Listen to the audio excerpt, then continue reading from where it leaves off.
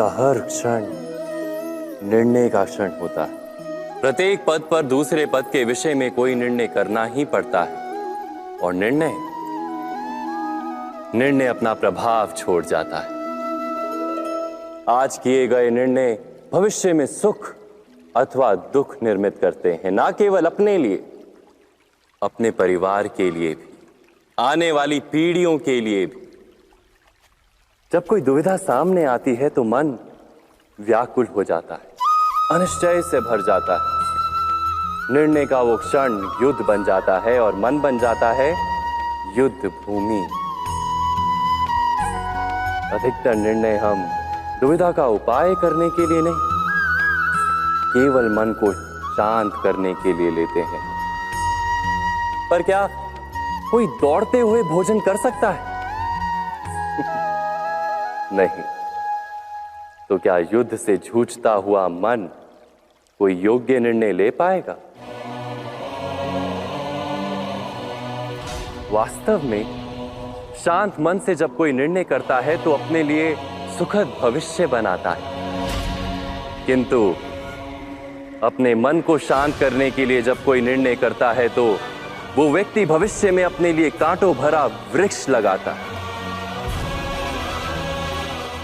स्वयं विचार कीजिएगा।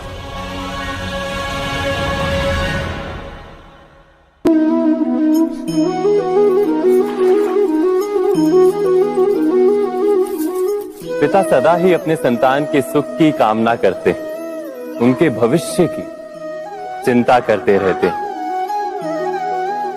इसी कारणवश सदा ही अपने संतानों के भविष्य का मार्ग स्वयं निश्चित करने का प्रयत्न करते रहते हैं।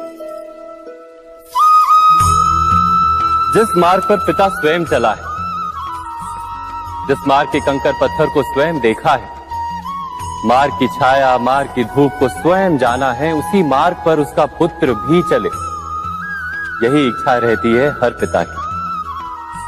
निस्संदेह उत्तम भावना है ये, किंतु 3 प्रश्नों के ऊपर विचार करना हम भूल ही जाते हैं। कौन से प्रश्न? प्रथम प्रश्न, क्या समय के साथ प्रत्येक मार्ग बदल नहीं जाते? क्या समय सदा ही नई चुनौतियों को लेकर नहीं आता? तो फिर बीते हुए समय के अनुभव नई पीढ़ी को किस प्रकार लाभ दे सकते हैं? दूसरा प्रश्न, क्या प्रत्येक संतान अपने माता पिता की छवि होता है? हाँ, संतानों को संस्कार तो अवश्य माता पिता देते हैं, किंतु भीतर की क्षमता तो ईश्वर देते हैं। तो जिस मार्ग पर पिता को सफलता मिली है, विश्वास है कि उसी मार्ग पर उसकी संतानों को भी सफलता और सुख प्राप्त होगा। तीसरा प्रश्न, क्या जीवन के संघर्ष और चुनौतियां लाभकारी नहीं होती? क्या प्रत्येक नया प्रश्न एक नए उत्तर का द्वार नहीं खोलता? तो फिर संतानों को नए नए प्रश्नों, संघर्षों और चुनौतियों से दूर रखना, ये उनके लिए लाभ करना कहलाएगा या हानि पहुंचाना? अर्थात जिस प्रकार संतान के भविष्य का निर्माण करने के बदले उसके चरित्र का निर्माण करना श्रेष्ठ है, वैसे ही संतानों के जीवन का मार्ग निश्चित करने के बदले उन्हें नए संघर्षों के साथ जूझने के लिए मनोबल व ज्ञान देना अधिक लाभदायक नहीं होगा? स्वयं विचार कीजिए। मनुष्य की सबसे बड़ी दुर्बलता क्या होती है? सोचिए। धन, प्रेम, अहंकार। मनुष्य की सबसे बड़ी दुर्बलता होती है उसके रहस्य। चाहे आप कितने भी शक्तिशाली क्यों ना हो, कितने भी प्रबल क्यों ना हो, परंतु उसके रहस्य उसके नाश की चाबी होती है।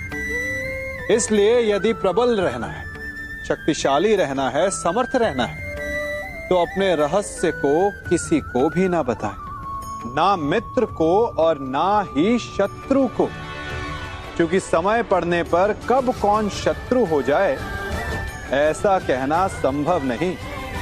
विभीषण को रावण के अमृत कुंड का ज्ञात था, इसीलिए प्रभु श्री राम रावण का वध करने में सफल हो सके। इसलिए उचित यही है कि आप अपने रहस्य को स्वयं तक ही सीमित रखें। मनुष्य जीवन की परीक्षा में सफल होने के लिए क्या नहीं करता? वो परिश्रम करता है, दौड़ भाग करता है, और ये सब करने के पश्चात भी जब उसका काम नहीं बनता तो वो नकल करता है ना?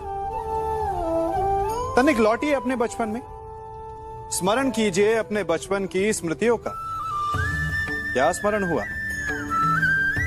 विद्यालय में जब आप परीक्षा देने जाते थे तो क्या होता था? आप ना सहे परंतु कोई ना कोई सफलता पाने के लिए नकल करता ही था और उत्तीर्ण भी हो जाता था, है ना? परंतु जीवन की परीक्षा ऐसी नहीं होती। नकल करने वाला सफल नहीं होता। कारण विद्यालय में सबके प्रश्न पत्र एक होते थे, परंतु जीवन के प्रश्न पत्र और उनकी कठिनाई सबके लिए भिन्न होती। तो निश्चित रूप से उनके उत्तर भी भिन्न होंगे ना। इसलिए यदि आपको जीवन में सफलता पानी है तो नकल ना कीजिए। स्वयं के प्रश्नों का उत्तर स्वयं ढूंढिए और सफलता आपकी ही होगी। मनुष्य का जीवन हार और जीत, विजय और पराजय, सफलता और असफलता के मध्य झूलता रहता है। आपके साथ भी ऐसा होता होगा, है ना? जब आप सफल होते हैं, किसी चुनौती पर विजय पाते हैं, तो मन प्रसन्नता से आनंद के उपवन में झूमने लगता है, और जब आप असफल होते हैं तब मन दुख और पीड़ा के सागर में डूबने लगता है। परंतु वास्तव में सफलता और असफलता है क्या? तनिक ध्यान से सोचिए। ये केवल हमारी मनोस्थिति मात्र है।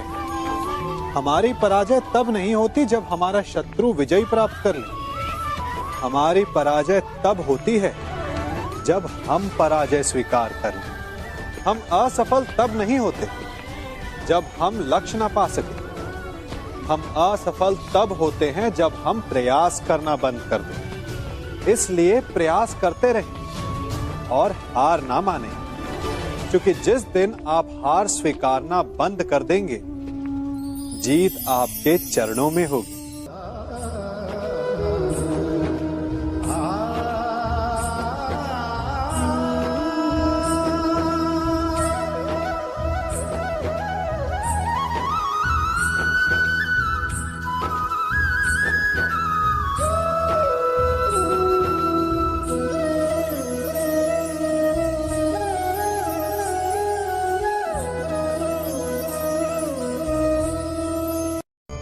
आप सबने बरगद के वृक्ष को तो देखा ही होगा। क्या आपको ज्ञात है, बरगद के वृक्ष के बीज का आकार राई से भी छोटा होता है, परंतु बरगद का वृक्ष संसार के महाकाय वृक्षों में जाना जाता है।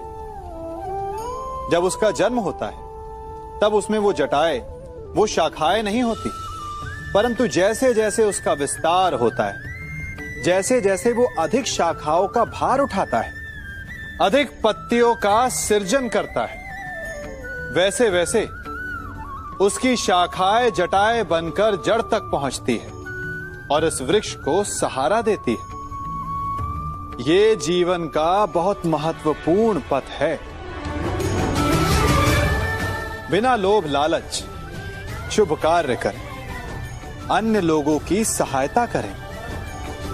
धीरे धीरे आपने जिनकी सहायता की वो आपके सहायक बनते जाएं, आपकी जड़ों को और बलशाली बनाएंगे, आयु मान और आकार बढ़ाएंगे। सहजीवन, सहायता और निष्काम कर्म आपको मृत्यु के पश्चात भी मरने नहीं देगा, आपको अमर रखेगा।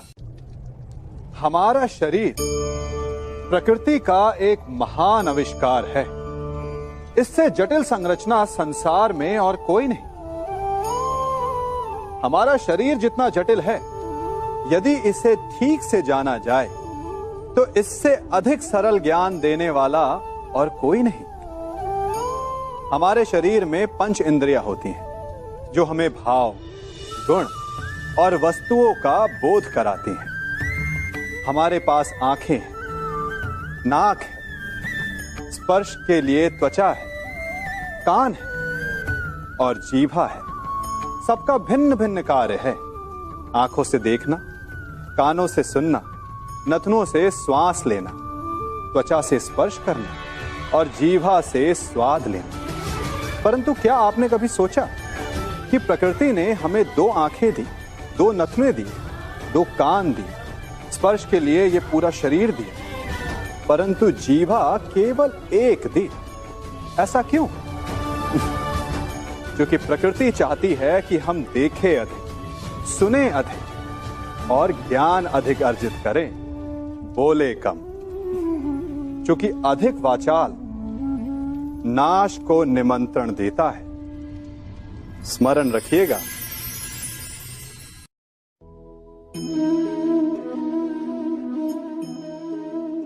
ये सदा यही कहते आए कि यदि आगे बढ़ना है तो अपनों का साथ दो।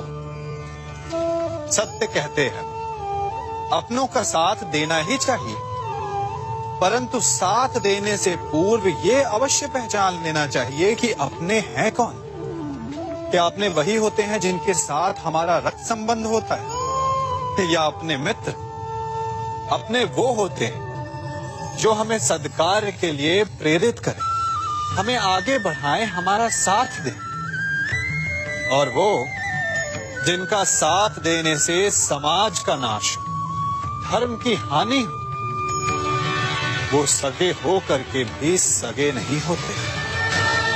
इसलिए जब अपनों की परिभाषा का चुनाव करें तो उन्हें अपना माने जो आपका साथ दे, उन्हें नहीं जो हमें अज्ञान के मार्ग पर ले जाएं।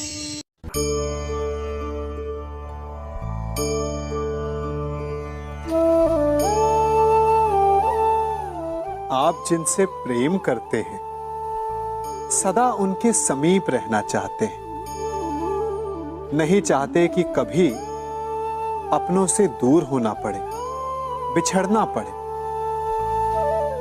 परंतु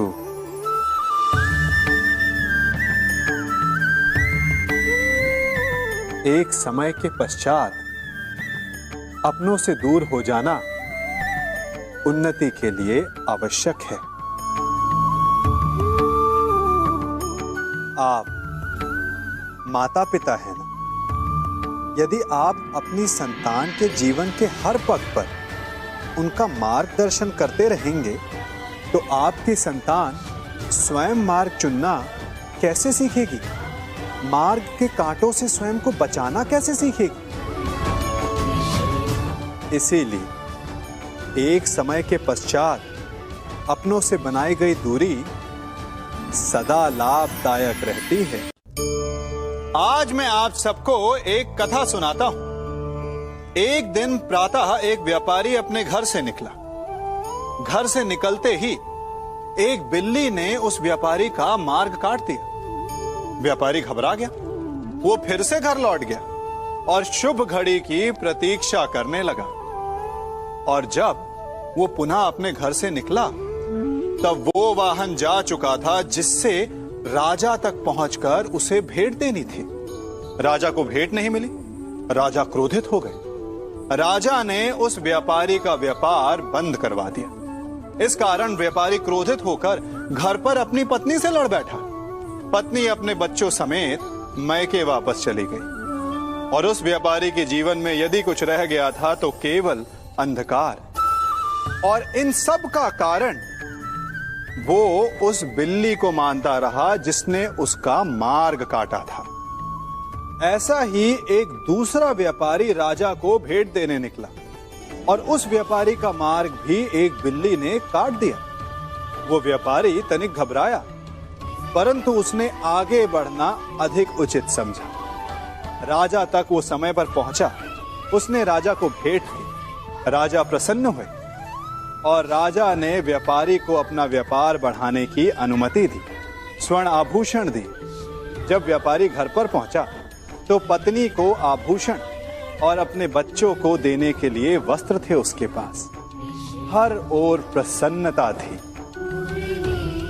समझ रहे हैं ना, दोनों के साथ एक ही प्रकार की घटना हुई, परंतु दोनों की प्रतिक्रिया भिन्न थी। ऐसा ही हमारा जीवन भी है। हमारे जीवन में प्रारब्ध का अपना स्थान है, परंतु उससे कई अधिक महत्वपूर्ण हमारी प्रतिक्रिया, हमारे सोच का प्रभाव है, क्योंकि यही हमारे जीवन को आकार देते हैं। इसलिए अपनी सोच को सकारात्मक रखिए। आपका जीवन सदैव आनंदमय।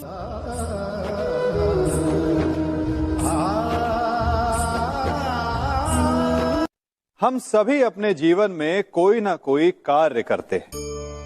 कार्य करते हैं तो थकान की अनुभूति होती है, और यदि थकान ना उतरे तो कार्य करने का मन नहीं करता। हम आशा करते हैं कि कदाचित एक दिन में 24 के स्थान पर 26 घंटे होते तो आराम करने के लिए हमें और अधिक समय मिल जाता। हमें ऐसा अनुभव होता है कि हम बहुत अधिक कार्य कर रहे हैं, है ना? परंतु क्या आपने कभी सोचा है कि जो लोग संसार में सफल हैं, उनके पास भी सफल होने के लिए दिन में केवल 24 घंटे थे, तो फिर वो सफल क्यों है? इसका एक छोटा सा रहस्य है। वो कार्य चुनते हैं जो उन्हें प्रिय है, जिसे करने में उन्हें आनंद आता है। उन्हें लगता ही नहीं कि वो कार्य कर रहे हैं, उन्हें लगता है कि वो प्रतिपल आनंद मना रहे हैं। और जब आप आनंद मनाते हैं तो थकान कैसी?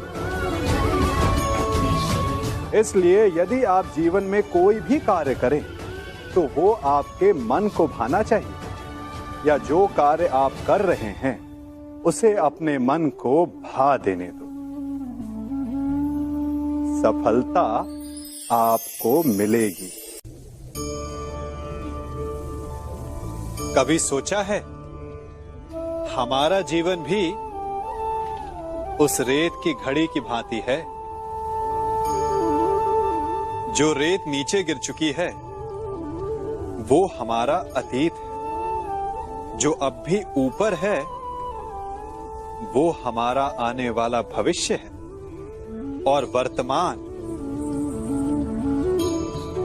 ये संकुचित स्थल है जहां से धीरे धीरे करके रेत गिर रही है।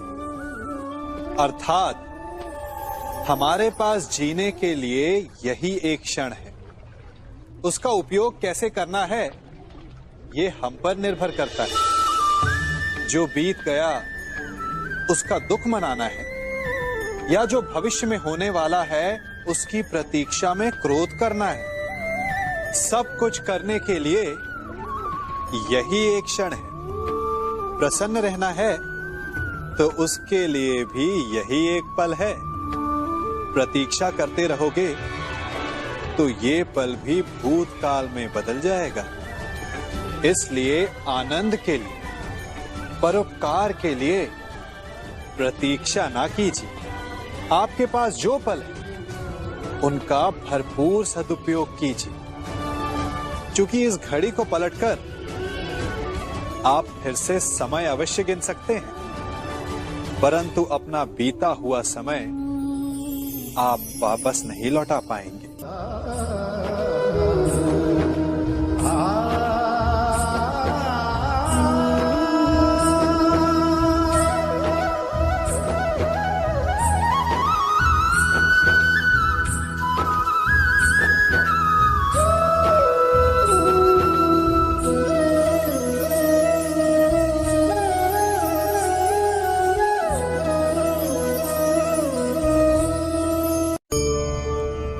मनुष्य भी बड़ा विचित्र प्राणी है। अपनों से नीचे के स्तर के लोगों को वो हे दृष्टि से देखता है, उनका उपहास उड़ाता है, उनसे बार बार कहता है कि तुम्हारा कुछ नहीं हो सकता, तुम भविष्य में कुछ नहीं कर पाओगे। जब मनुष्य के पास धन, संपत्ति, मान होता है तो वो दूसरों का आदर नहीं करता, परंतु वो एक बात भूल जाता है कि उससे भी अधिक शक्तिशाली कोई अस्तित्व में है, और वो है समय। काल काल अपना चक्र कब बदलेगा ये कोई नहीं जानता। समय अपनी करवट कब लेगा ये कोई नहीं जानता। कोयला भी समय के साथ साथ हीरे में परिवर्तित हो जाता है। इसलिए जीवन में कभी भी किसी का भी उपहास नहीं उड़ाना चाहिए।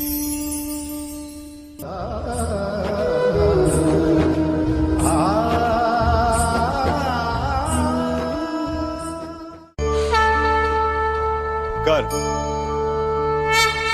अभिमान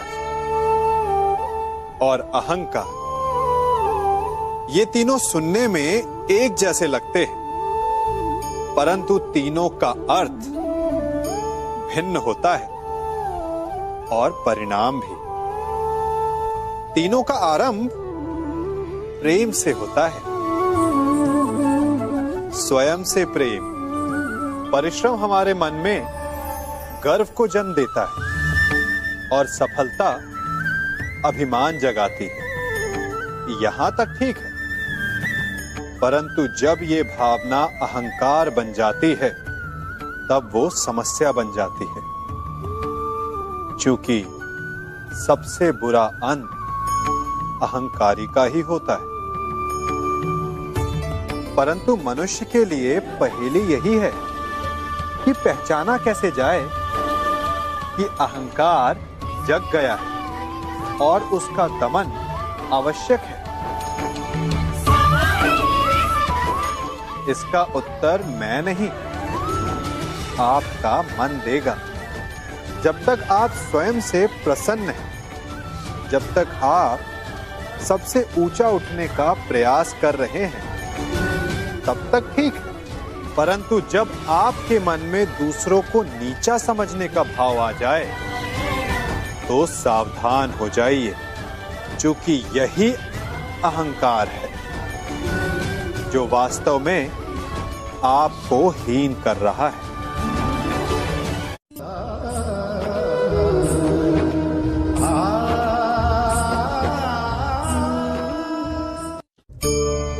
आज मैं आप सबको एक कहानी सुनाता हूं। एक दिन गोकुल में दो व्यापारी आए।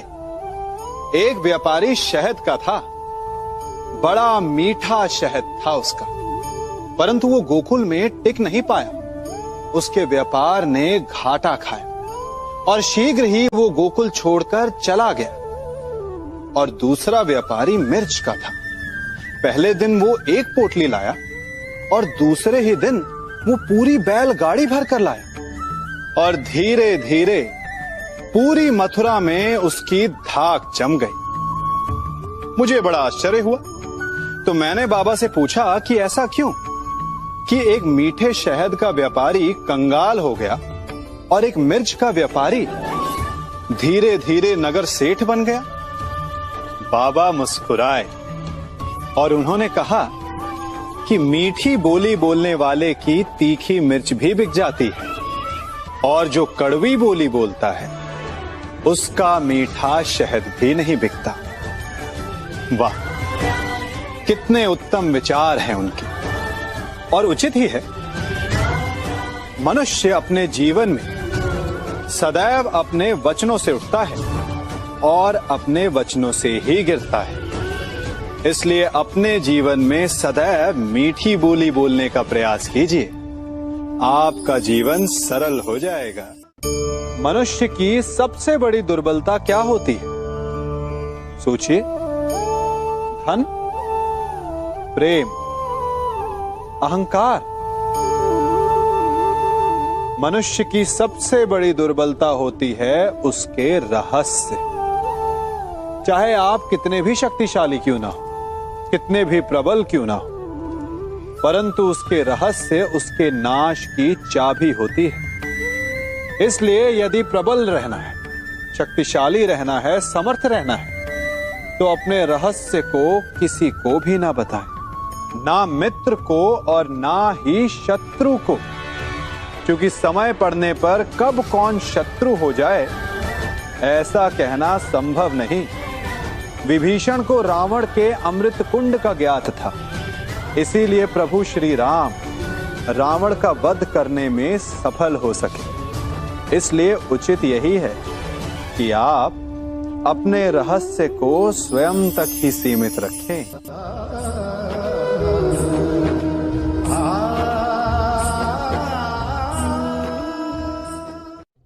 युवा अवस्था भी हमारे जीवन का कितना सुंदर काल होता है ना। बाहु में बल, मन में कुछ बड़ा कर जाने की चाह, आंखों में भविष्य के सुंदर और कोमल सपने। और इसी अवस्था में मनुष्य के भीतर पनपता है प्रेम। किसी को देखकर उस पर मन मोहित हो जाता है और फिर मनुष्य अपना सब कुछ उस पर न्यौछावर कर देना चाहता है। फिर प्रेम की परिणति होती है विवाह में। क्यों? सबको अपने खट्टे मीठे संस्मरण स्मरण हुआ है ना। परंतु यहीं से अधिकतर माता पिता और संतान के मध्य विचारों का विरोध प्रारंभ हो जाता है। संतान को लगता है कि उसका चुना जीवन साथी ही उसके लिए उपयुक्त है, और माता पिता को लगता है कि संतान अनजाने में भूल कर रही है। संतान का तर्क होता है कि उसे विवाह किससे करना है, ये उसका अधिकार है, और माता पिता का तर्क ये होता है कि अब भी जीवन साथी चुनने की समझ संतान में है ही नहीं। तो इस अवरोध को काटा कैसे जाए, उचित निर्णय कैसे लिया जाए? इसका एक ही मार्ग है, अपने उत्तरदायित्व का भान और अपनों से बड़ों के मापदंडों का भान। विवाह करने से पूर्व ये जान लेना आवश्यक है कि विवाह केवल अपने प्रेम को पाने का मार्ग नहीं है, अपितु विवाह से जीवन का एक नया द्वार भी खुलता है। और हर नए जीवन के साथ नए उत्तरदायित्व भी होते हैं, और यदि इन उत्तरदायित्वों को समझकर निर्णय लिया जाए तो विश्वास कीजिए आपका दाम्पत्य जीवन आनंद से भरा रहेगा, और आपको कभी ये पछतावा नहीं होगा कि आपने कोई अनुचित निर्णय लिया।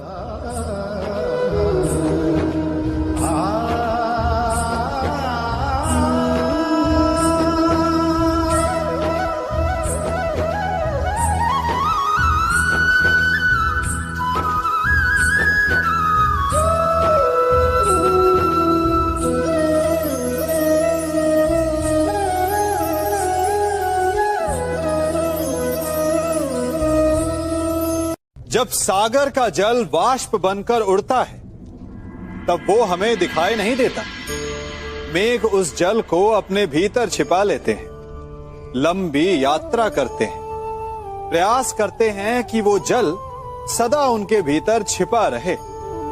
परंतु जब वायु का वेग उन्हें उड़ाकर किसी पर्वत से ले जाकर के टकरा देता है तब उन मेघों को बरसना ही पड़ता है, क्योंकि यही नियति है, यही प्रकृति है। क्योंकि जल को सागर में जाकर मिलना ही है। ठीक ऐसा ही हमारे साथ भी होता है।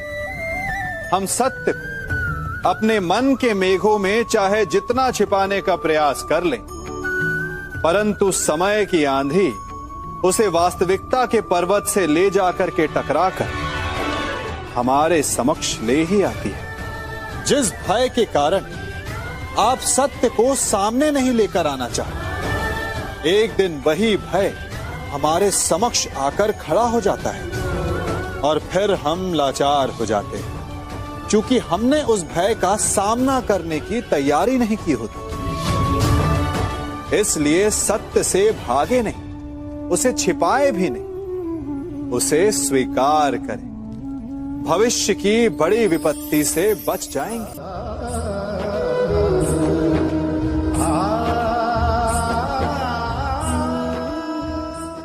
कभी कभी आप सबके जीवन में एक ऐसी विचित्र समस्या अवश्य आती है कि शक्तिशाली के समक्ष मौन हो जाओ, कि उस शक्तिशाली से विवाद करने से बचने के लिए आप मौन रह जाते। मानता हूं ऐसा करने से आप एक विवाद से बच जाते, एक संघर्ष से बच जाते, परंतु ऐसा बचाव एक बड़े संघर्ष को जन्म दे देता है। कैसे? हमारा मौन रहना अनजाने में उसका समर्थन बन जाता है और वो स्वयं को अधिक शक्तिशाली अनुभव करता है और यहां से हमारा दमन प्रारंभ हो जाता है। एक के बाद एक हम अन्याय में अनचाहे रूप से सम्मिलित होते चले जाते हैं। तो इसका तोड़ क्या है? ये समझने के लिए ये जानना आवश्यक है कि ऐसी कौन सी बात है जो आपको विरोध करने से रोकती है। ये सामने वाले की शक्ति नहीं जो आपको रोकती है, ये आपके भीतर छिपा भय है जो आपको रोकता है। हाँ, कभी कभी भय आपकी सुरक्षा अवश्य कर सकता है, परंतु साथ साथ ये भी जानना आवश्यक है कि ये भय ही है जो आपको मौन भी रखता है। इसलिए अपने मन से भय को निकालिए और खुलकर अनीति का, अन्याय का विरोध कीजिए और फिर देखिएगा आपका मन कितना मुक्त, कितना हल्का अनुभव करेगा।